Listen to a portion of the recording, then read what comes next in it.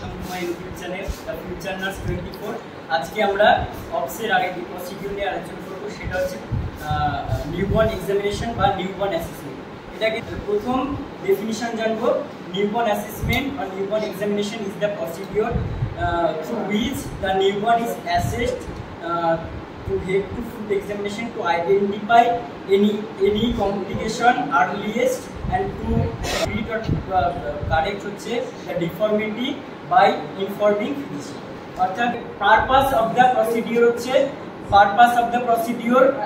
এক নাম্বার হচ্ছে to identify the general health condition of the newborn, number two to identify any earliest complication, number 3 to measure head circumference and chest circumference, number 4 to measure the weight of the newborn, number 2 হচ্ছে measure any earliest complication।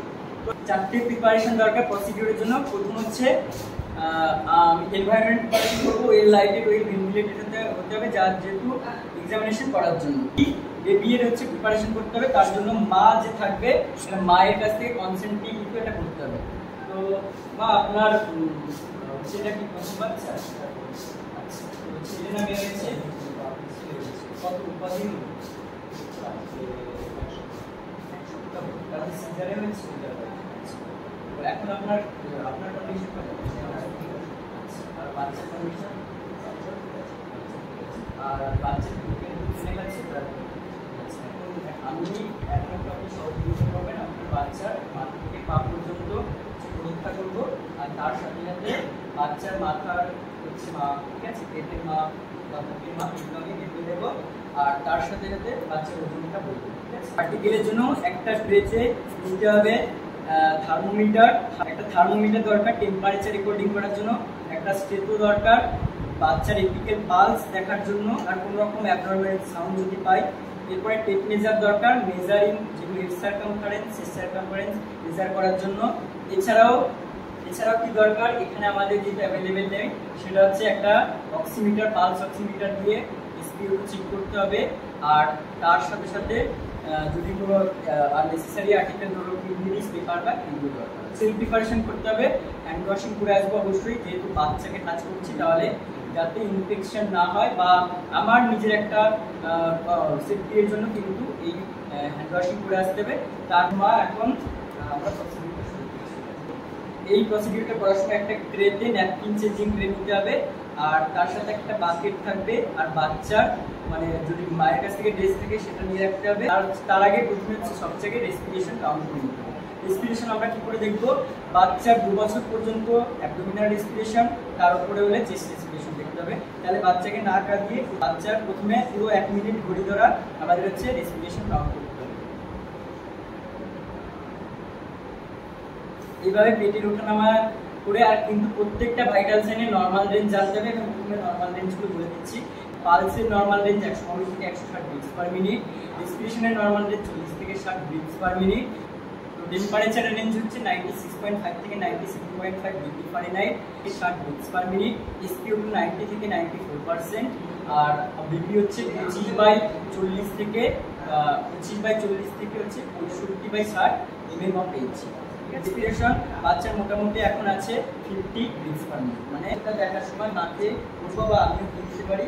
Temperature এখানে করার সময় কিন্তু অবশ্যই দেখতে হবে যে আমি অন করে দিচ্ছি, অন করতে হবে, আর তার সাথে সাথে এরকম কিন্তু ভার্টিক্যাল রাখবে, ঠিক আছে, এইভাবে দেবে।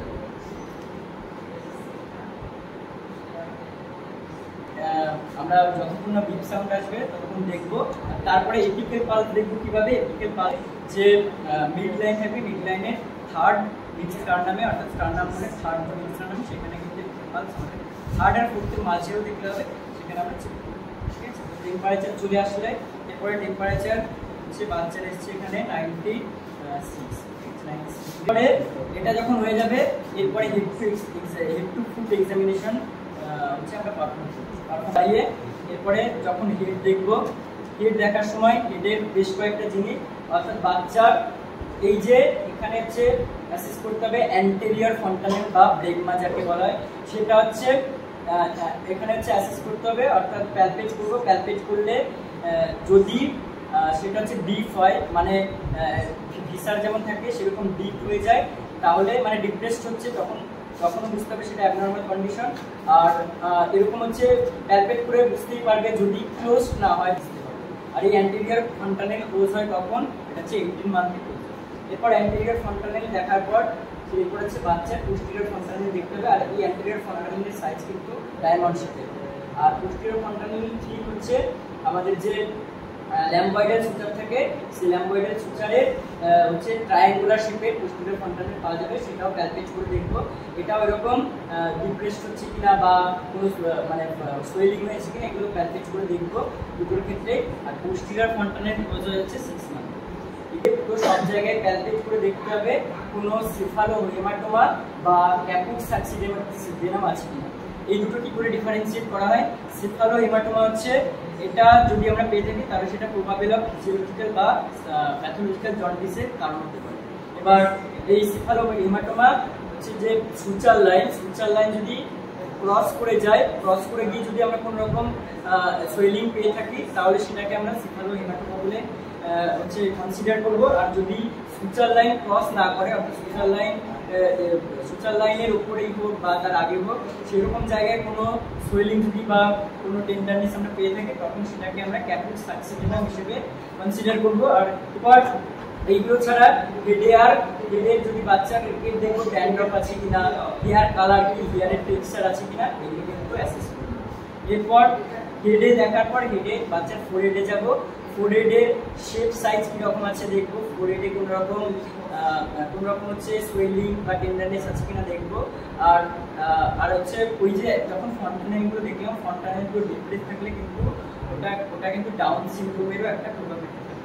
আচ্ছা, এরপর ফোরহেড দেখার পর হচ্ছে ইয়ারে যাব। ইয়ারে হচ্ছে বেশ কয়েকটা কন্ডিশন দেখতে হবে। ইয়ারে কোনো ডিসচার্জ আছে কিনা সেটা দেখার জন্য টর্চ দিয়ে দেখতে হবে। আর ইয়ারে সিমেট্রি আছে কিনা সেগুলো দেখতে হবে, দুটো ইয়ার।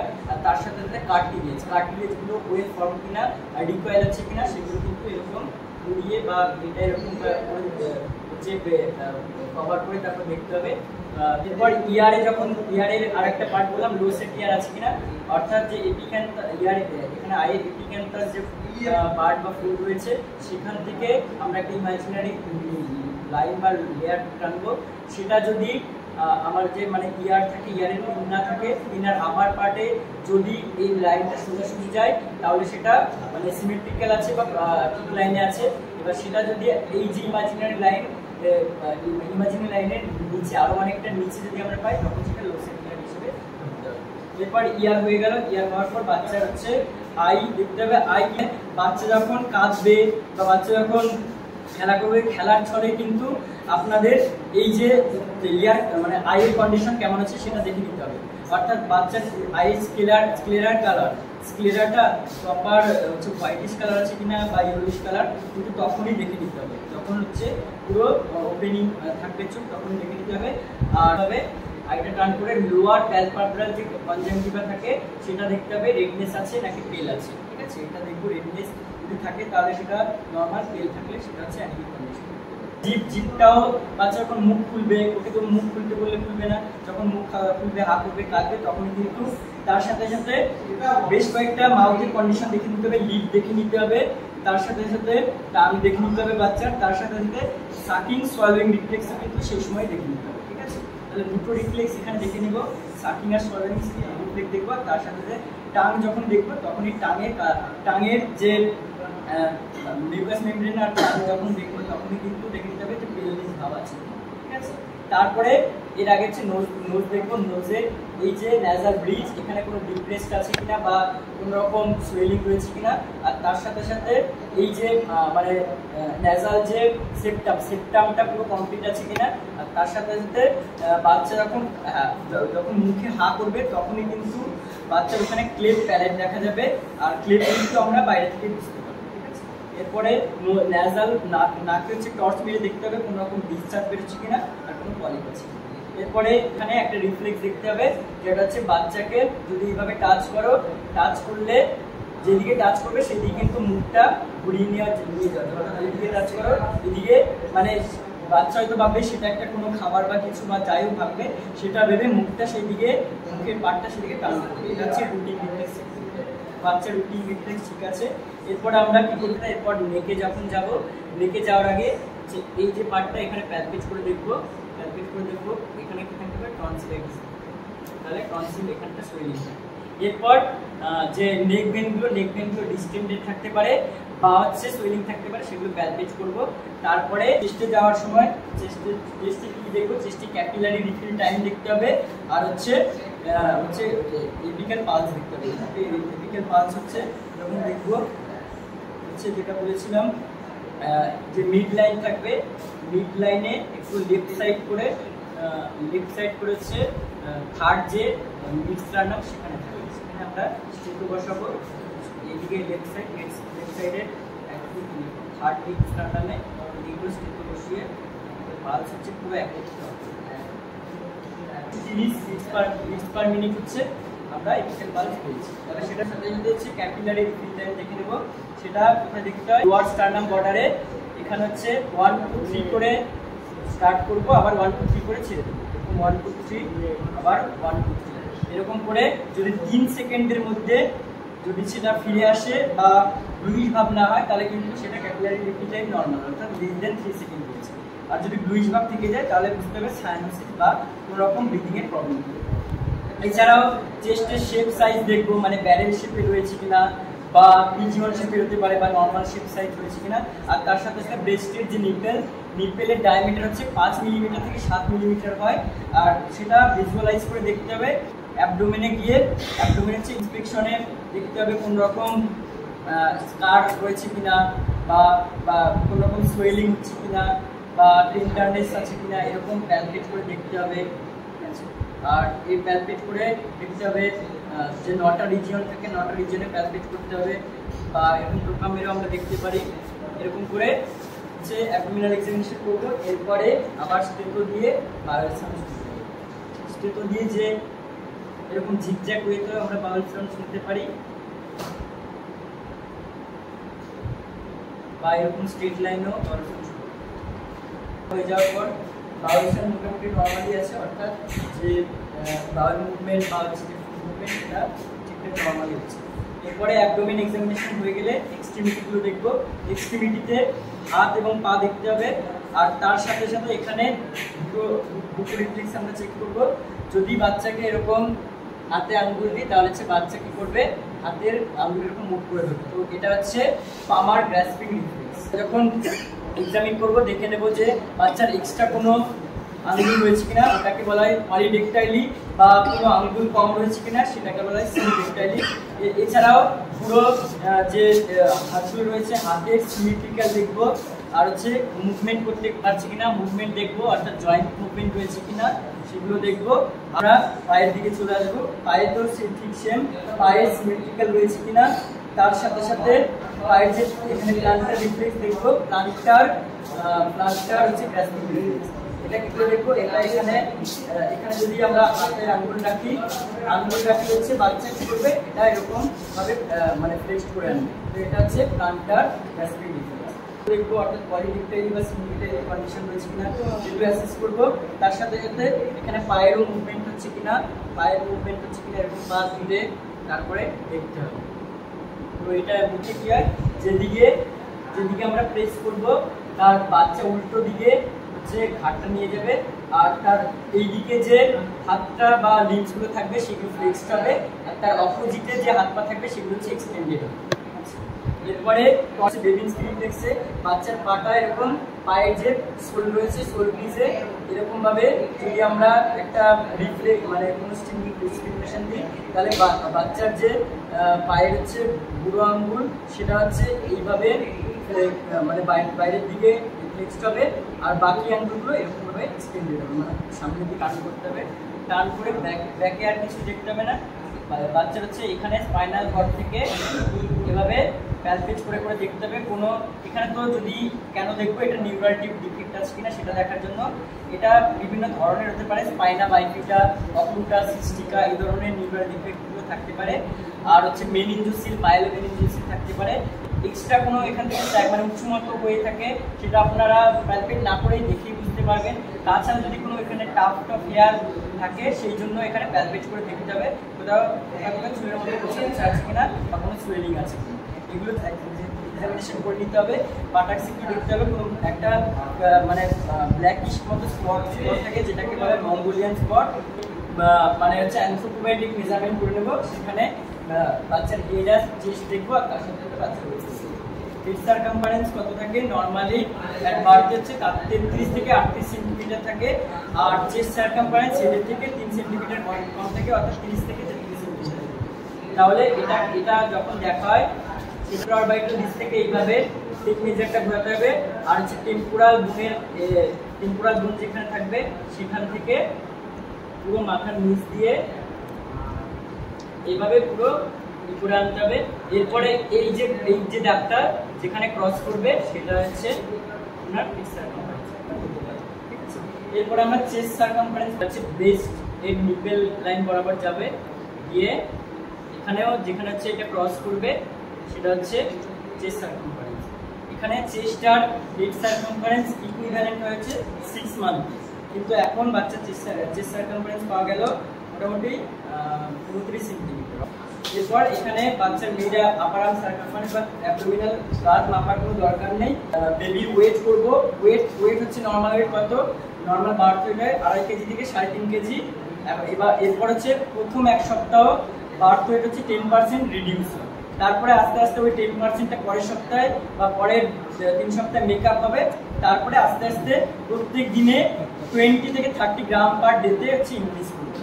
তো বাচ্চার ওয়েট নেওয়ার জন্য বাচ্চাকে এখান থেকে নিয়ে গিয়ে হচ্ছে যে ইউনিট থাকবে ওয়েট মেশিন থাকবে সেখানে ওয়েট করতে হবে। ওয়েট করে যে 1 সপ্তাহে তাহলে 10% আস্তে আস্তে রিডিউস হয় সেটা মাকে বলে দিতে হবে। কারণ জন্মের সময় বুঝতে কত এসে মনে আছে 700, সেটা কিন্তু আপনার বাচ্চার এখন 1 সপ্তাহ হয়ে গেছে, এই প্রথম 1 সপ্তাহে কিন্তু বাচ্চার 10% ওজন মানে মোটামুটি ধরে 10 গ্রাম করে ওজন কমবে। ঠিক আছে, ওটা ভয় পাওয়ার কোনো কারণ নেই। ওটা আবার পরের 1 সপ্তাহ বা পরের 2 সপ্তাহ এরকম কিন্তু ওই যে ওজনটা কমেছিল ওইটা কি হবে, ওইটা আবার সমানে ফিরে আসবে। তারপর থেকে আপনার বাচ্চার ওজন আস্তে আস্তে, ঠিক আছে। তো এখন 2 কিলো 700, এখন সেটা কিন্তু 2 কিলো 500 বেশি হবে, ভয় পাওয়ার কোনো কারণ নেই।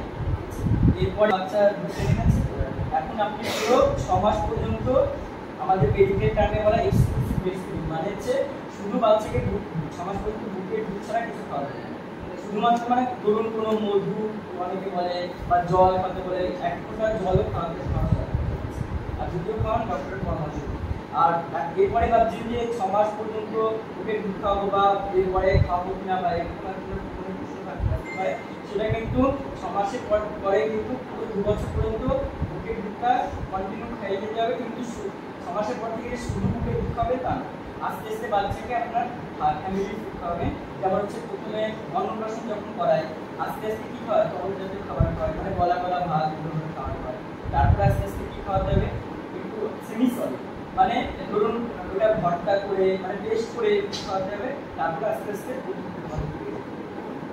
আর বাচ্চার ওজন নিয়মিত চেক করাবেন, কোনো স্বাস্থ্য প্রবলেম হলে সেগুলো সেন্টারে গিয়ে চেক করাবেন।